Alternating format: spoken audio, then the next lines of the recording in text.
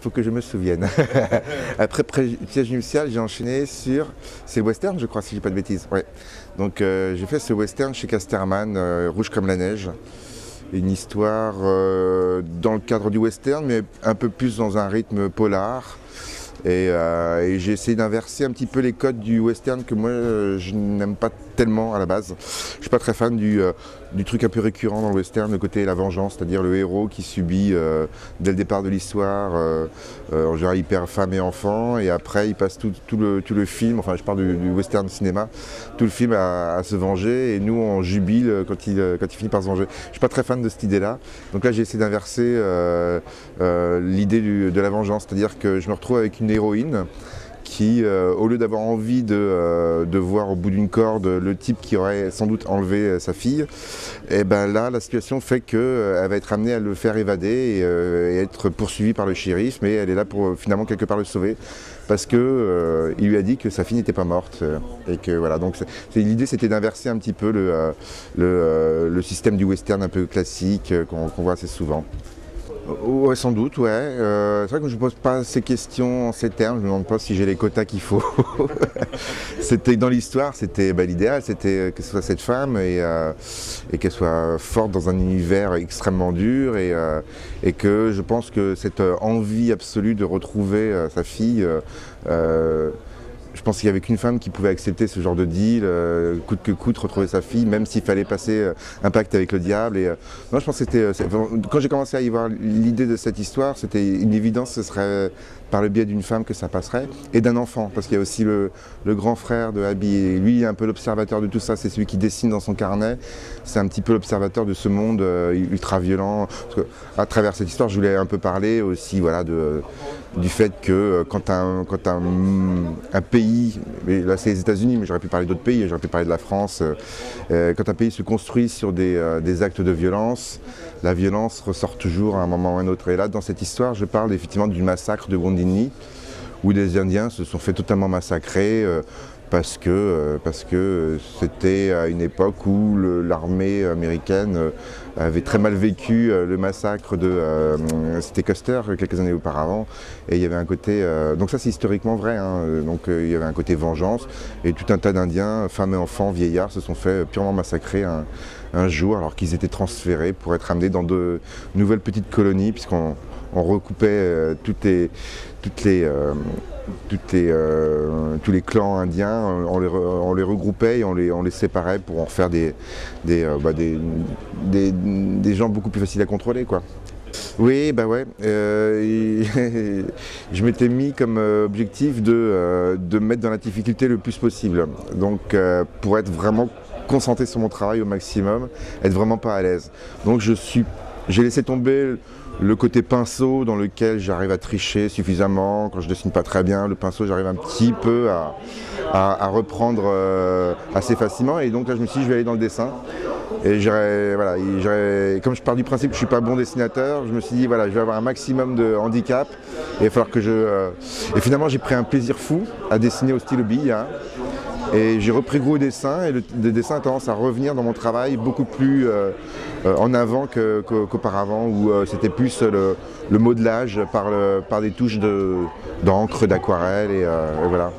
Alors moi je fais toujours au départ, quand j'ai un projet comme ça, je fais de grosses recherches sur internet qui me rassurent en fait. Parce que je suis terrorisé à l'idée de partir dans un univers que je ne connais pas, les États-Unis des années 1886, je ne suis pas allé très souvent.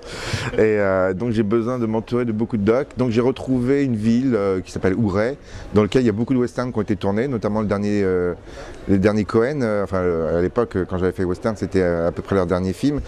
Le remake avec John Wayne, j'ai oublié le titre, qui est un bouquin aussi que j'avais lu qui était très bien. Enfin, j'ai oublié le titre, je suis désolé.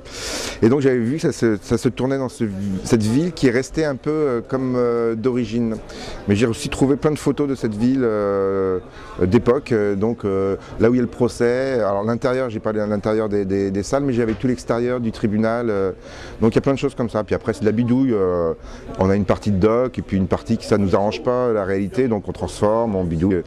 Et hop, on fait ça avec un peu de stylo bille, et vraiment, on voit pas que c'est mal dessiné, mais hop, dans l'idée c'est bon. il fallait garder quand même un petit peu l'atmosphère, en tout cas. Le rythme du western, des thèmes comme la fuite, la pourchasse, la chasse, pardon, pourchassée par le shérif, la traque merci, la trahison, oui, c'était l'idée. Puis la nature un peu présente, même si j'ai pas trop abusé, je voulais pas tomber dans le panneau des grandes cases où on voit la montagne. Il fallait un petit peu, mais je voulais pas tomber dans ce cliché-là non plus.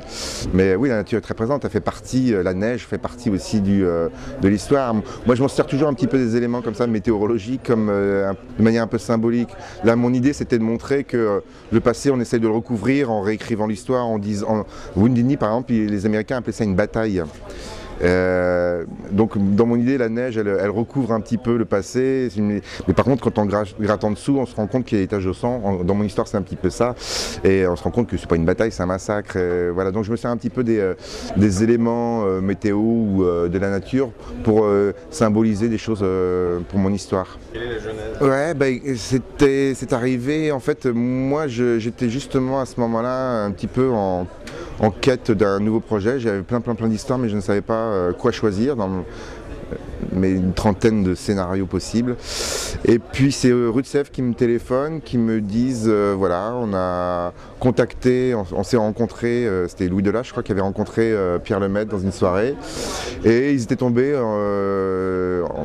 voilà, d'accord sur le fait que ça pourrait faire une très bonne bande dessinée, Au revoir là-haut. Pierre cherchait à ce moment-là un dessinateur, il avait rencontré, je crois, un dessinateur quelques mois auparavant, ça s'était pas fait, je pense qu'ils s'étaient peut-être pas très bien entendus, ou il y avait, je sais pas trop les détails, mais toujours est-il que dans sa tête, l'idée avait germé de faire une bande dessinée, et puis c'est à ce moment-là que Louis vient le contacter. Donc moi, on m'a appelé, on m'a dit voilà, le prix Goncourt en bande dessinée. Je l'avais pas encore lu, mais j'avais intention parce que j'avais vu les interviews, j'ai trouvé Pierre Lemaitre, j'avais envie de le rencontrer, quoi. Des trucs un peu bêtes en voyageant en télé, j'aimerais bien le rencontrer, tu sais que c'est pas possible. Et puis 3 mois plus tard, le hasard fait qu'on te propose. Donc moi j'étais dispo, j'ai lu le bouquin très vite, j'ai trouvé tout ce que j'aime dedans, les thèmes qui moi me travaillent, les personnages formidables que j'avais vraiment envie d'incarner, enfin de mettre sur papier, quoi, de leur trouver leur visage.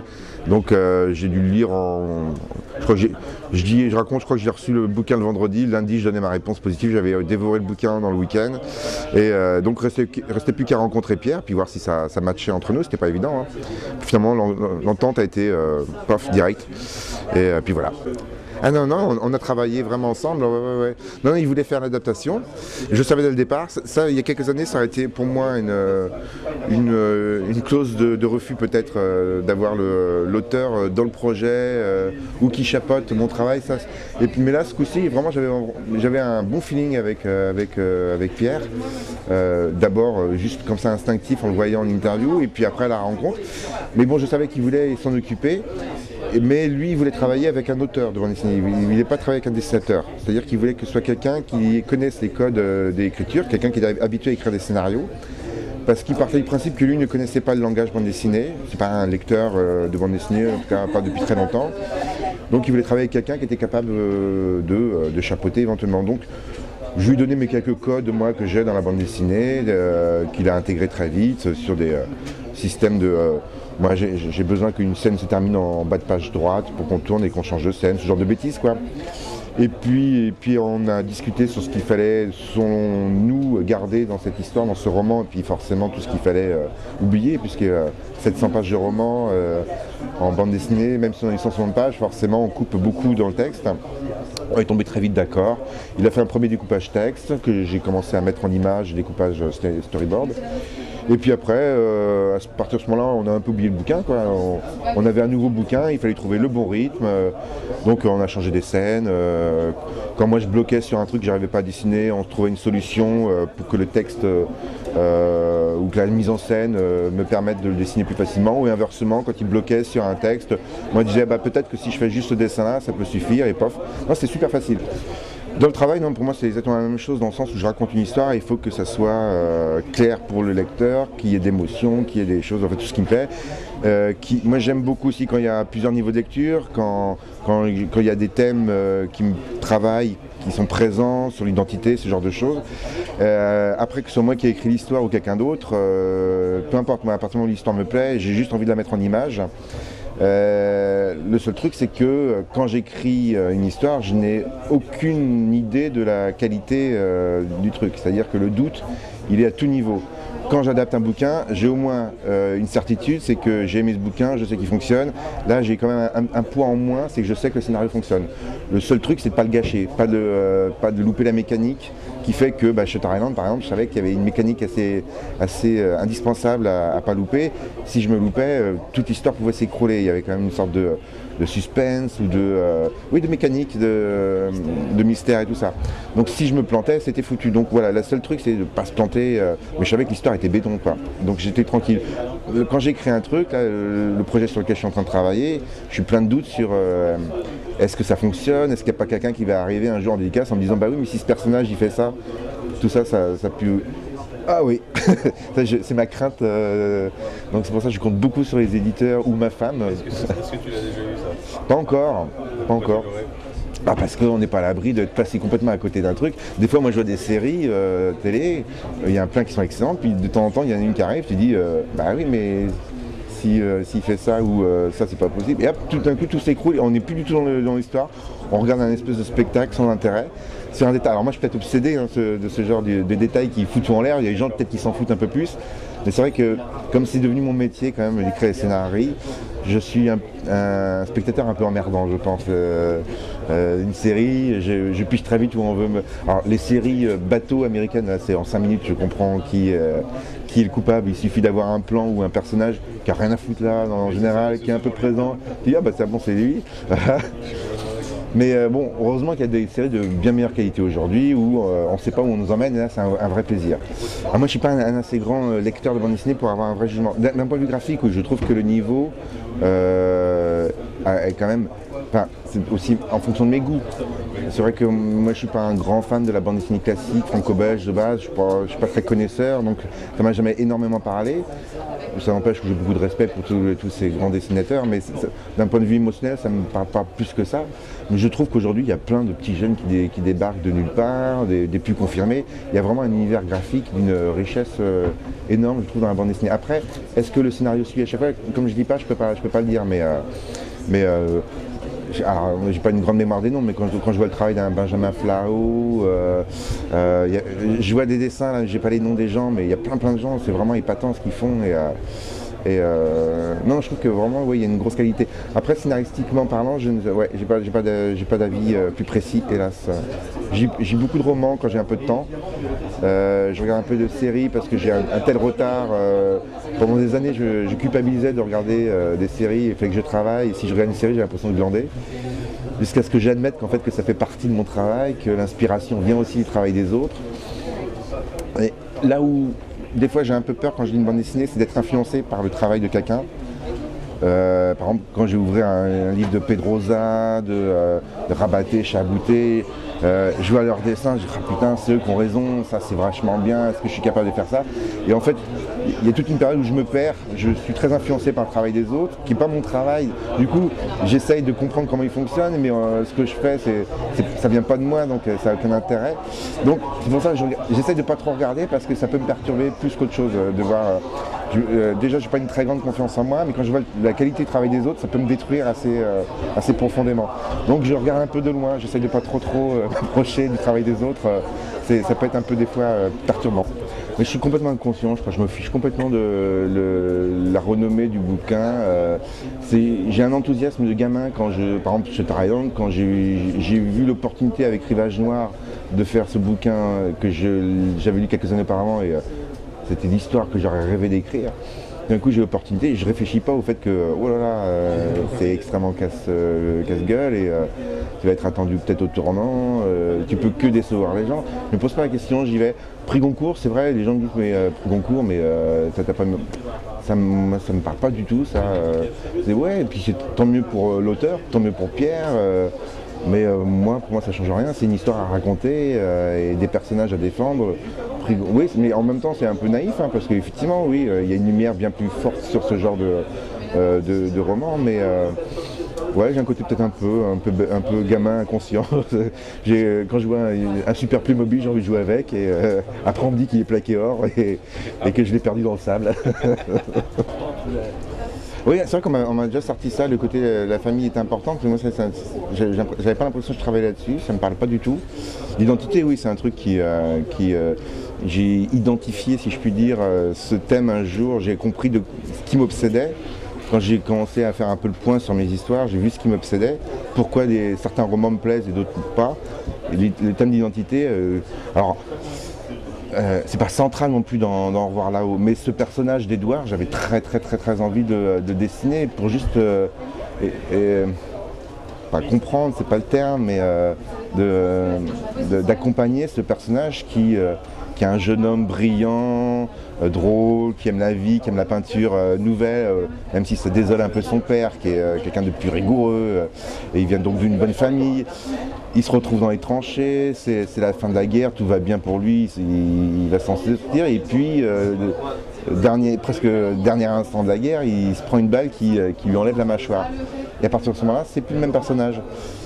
Simplement, s'il n'a plus cette mâchoire-là, et il va changer d'identité pour des raisons XY du scénario qui est nécessaire, etc. Et puis il change de personne, quoi. C'est plus le même homme, c'est plus la même joie de vivre. De temps en temps, ça ressort avec ce biais de masque et cette petite fille qui lui ramène un peu de vie. C'est un dessinateur, mais au départ, c'est un dessinateur peintre de couleurs, peintre de... Voilà, il aime la modernité. Et puis là, tout d'un coup, son dessin, il va s'en servir pour exprimer plus l'idée de vengeance, quoi, ou de revanche, la société m'a envoyé au charbon, j'en reviens cassé, défiguré, fini. On nous dit qu'il n'y a plus de place pour nous, la France est organisée autrement, puis vous nous faites un peu honte avec vos gueules, etc. Bah lui, c'est son crayon, et au lieu d'être dans des formes de couleurs, ça devient des monuments aux morts qu'il va dessiner, très rigide et tout ça. Et c'est sa manière de prendre sa revanche. Non, il me passionnait, ce personnage. Il y avait Albert aussi, il y avait la petite Louise aussi, également. Tous les personnages me plaisaient beaucoup, mais Édouard en particulier, ouais. Moi je fais des choses, je fais, je suis très factuel, je fais des choses, peut-être inconsciemment des fois, mais je me définis pas, on me demande est-ce que vous êtes artiste, artisan, ouais, un peu des deux, artisan dans la mesure où j'ai un peu une technique que j'applique régulièrement, mais en même temps un peu artiste parce que j'y vais un petit peu dans le flou souvent aussi. Des fois je raconte une histoire, je sais pas trop où je veux vraiment aller, même si aujourd'hui je sais un petit peu plus, donc j'arrive à mieux réorienter des fois mes histoires quand je pars un peu n'importe où. Je sais que non, tu as des thèmes, et en fait j'arrive à identifier maintenant dans un début de scénario ce qui a caché, qui me travaille, parce que des fois on se rend compte des années plus tard, quand on revoit des bouquins ou quand on en reparle une interview, on se rend compte « Ah, c'est ça que je racontais dans cette histoire-là ». Et maintenant, je sais un petit peu plus, mais je me définis pas. Non, moi, je fais. Je suis en train de faire une série qui sera chez Noctambule, donc Del Soleil, Del Sol. Enfin, c'est plus Soleil, Noctambule d'ailleurs. Ouais.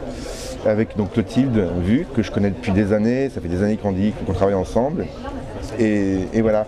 C'est quelqu'un qui m'a débloqué. J'étais complètement bloqué l'année dernière. J'avais des tonnes de scénars. Je ne savais pas lequel faire. Je n'arrivais pas à les écrire. J'avais les idées.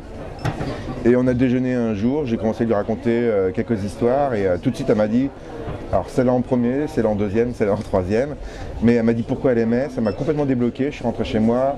J'ai écrit les 4 tomes. Donc ce sera une série. Une histoire en 4 tomes.